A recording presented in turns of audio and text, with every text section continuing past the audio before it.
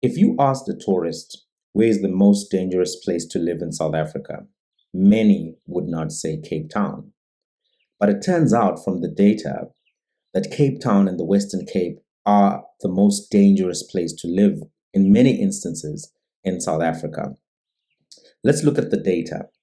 The data indicates that 33% of serious crimes occur in the Western Cape, and serious crimes are crimes such as assault with grievous bodily harm, rape, and other crimes such as murder. They occur in the Western Cape.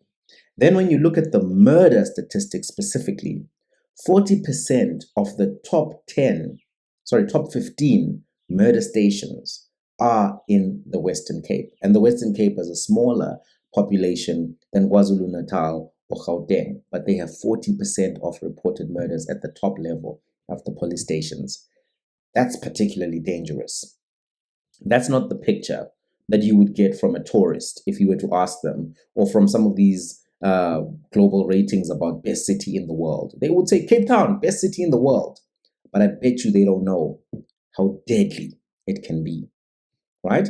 If you look at this data, you can see that the Western Cape and Cape Town are particularly deadly. But one thing that has to be said is that this is not spread out in the same way.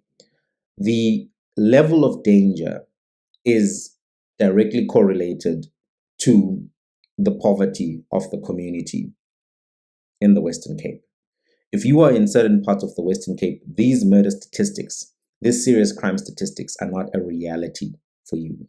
But if you're in the townships, if you're in the Cape Flats, they are a reality for you. If you're in Langa, if you're in Khayelitsha, places like that, they are a reality for you.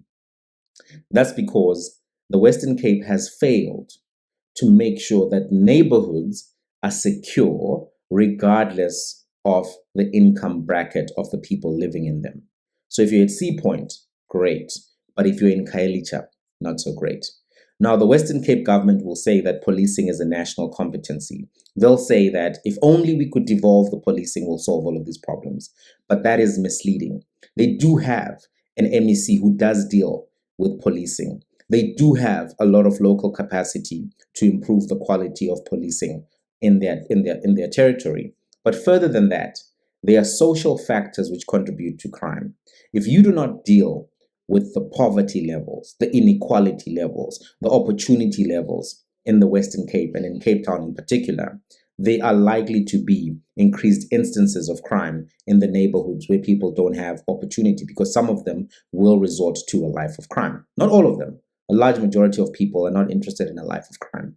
But in spaces where there are no opportunities, where there's abject poverty, where there's still an apartheid spatial plan, a lot of people will resort to crime.